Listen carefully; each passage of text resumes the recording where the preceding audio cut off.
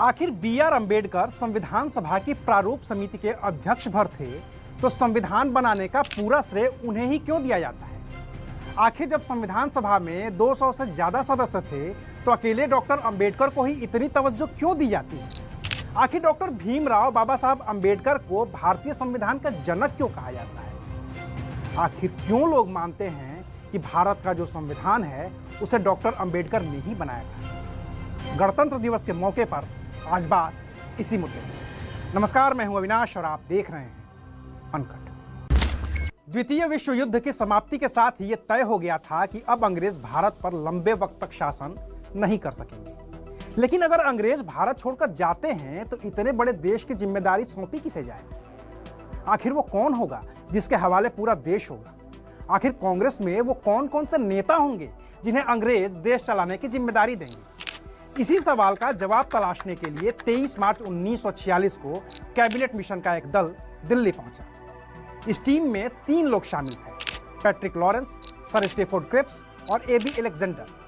इस दल ने सभी पक्षों से मिलकर बात की और 16 मई 1946 को यह कैबिनेट मिशन इस निष्कर्ष पर पहुंचा कि भारत की आजादी के बाद अंग्रेज भारत की सत्ता संविधान सभा को सौंप देंगे। इस संविधान सभा में कौन कौन होगा, इसके लिए चुनाव होगा।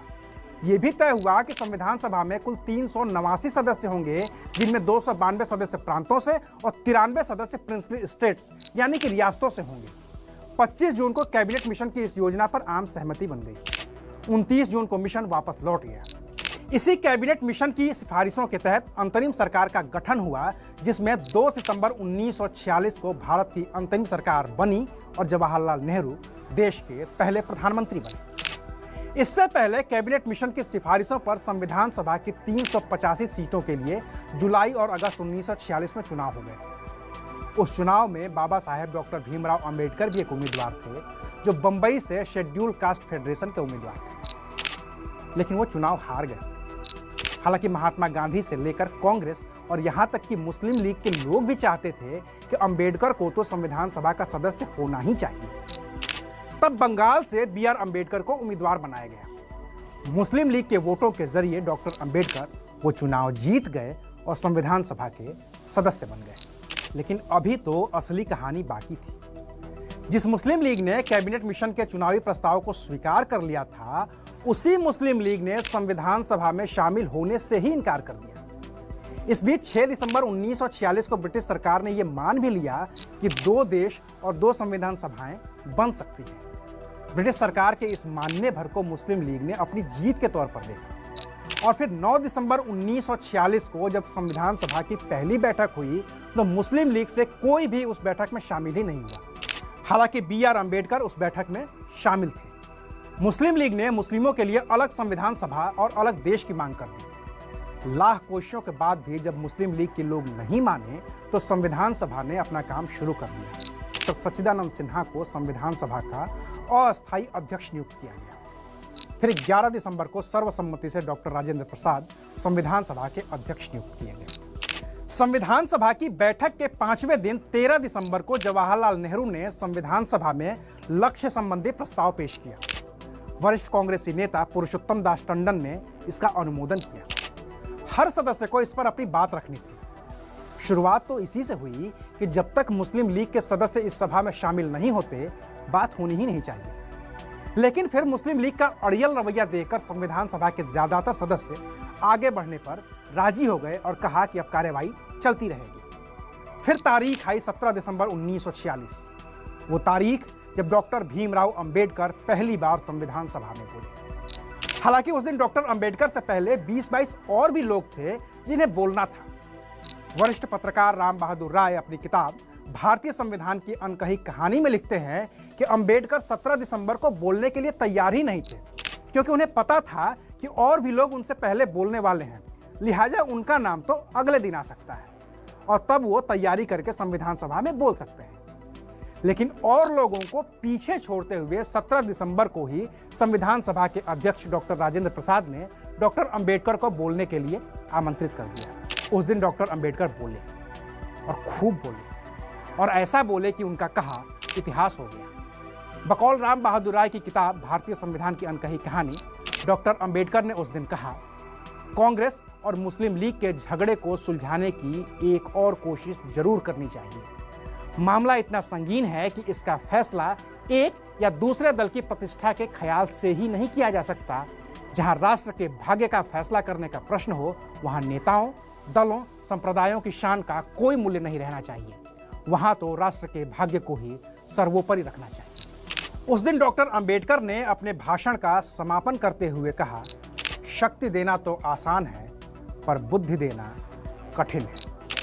लंबे वाद विवाद के बाद 22 जनवरी 1947 को संविधान सभा ने लक्ष्य संबंधी प्रस्ताव को स्वीकार कर लिया, जो संविधान की प्रस्तावना का आधार बना। हालांकि उस दिन तक भी मुस्लिम लीग का कोई भी प्रतिनिधि संविधान सभा में नहीं आया।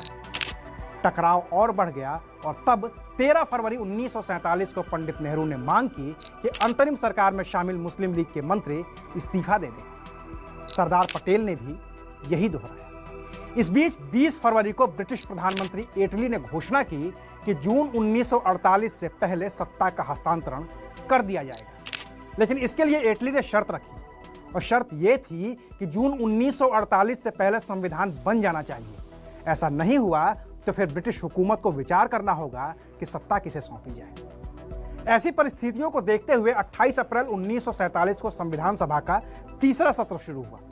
अध्यक्ष डॉक्टर राजेंद्र प्रसाद ने एटली की घोषणा के बारे में सबको बताया और कहा कि अब संविधान सभा को अपना काम तुरंत ही पूरा करना होगा। इसके ठीक पहले 24 मार्च 1947 को नए governor general lord Mountbatten Bharat आ गए थे और चंद दिनों में यह तय कर दिया था कि भारत का तो बंटवारा होगा, भारत और पाकिस्तान दो देश होंगे।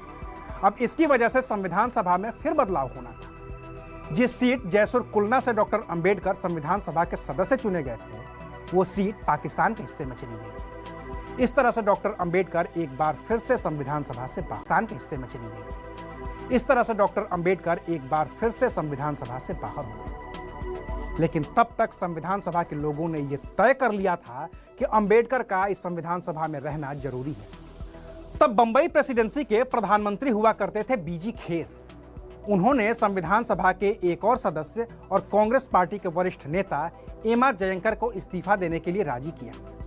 एम.आर. जयंकर ने इस्तीफा दिया और उनकी जगह पर डॉक्टर बी.आर. अंबेडकर फिर से संविधान सभा में शामिल हो गए। 14 अगस्त 1947 की रात 12 बजते ही संविधान सभा के अध्यक्ष डॉक्टर राजेंद्र प्रसाद ने ऐलान किया, संविधान सभा ने भारत का शासनाधिकार ग्रहण कर लिया।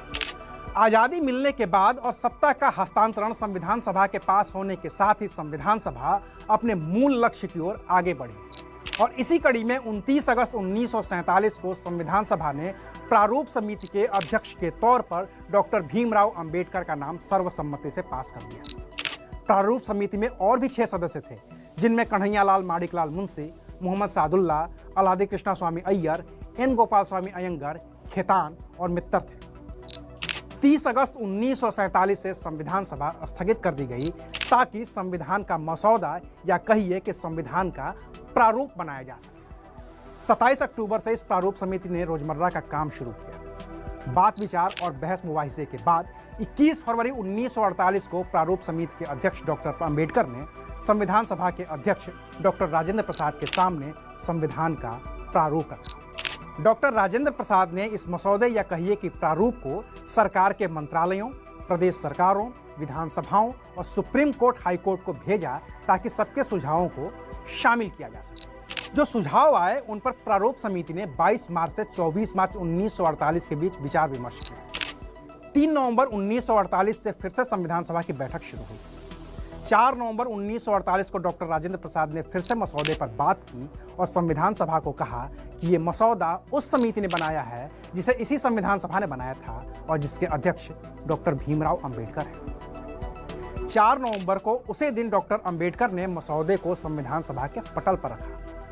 आने वाले दिनों में कुछ संशोधन भी सुझाए गए, कुछ माने गए, कुछ को खारिज कर दिया गया और फिर 17 नवंबर 1949 को संविधान सभा के अध्यक्ष डॉक्टर राजेंद्र प्रसाद ने घोषणा की, अब हम संविधान के तृतीय पठन को आरंभ करेंगे। इसका अर्थ था कि अब संविधान बनकर तैयार हो गया है। इसके बाद डॉक्टर राजेंद्र प्रसाद ने मसौदा समिति के अध्यक्ष डॉक्टर अंबेडकर को पुकारा। वो अपनी जगह पर खड़े हुए और कहा, मैं यह प्रस्ताव पेश करता हूं कि संविधान को सभा ने जिस रूप में निश्चित किया है उसे पारित किया जाए। इस प्रस्ताव पर 17 नवंबर 1949 से 25 नवंबर 1949 तक बहस हुई और फिर 26 नवंबर को संविधान सभा के अध्यक्ष के तौर पर डॉक्टर राजेंद्र प्रसाद ने अपना आखिरी अध्यक्षीय भाषण दिया। भाषण खत्म होने के बाद डॉक्टर राजेंद्र प्रसाद ने पूछा, प्रश्न यह है कि इस सभा द्वारा निश्चित किए गए रूप में यह संविधान पारित किया जाए।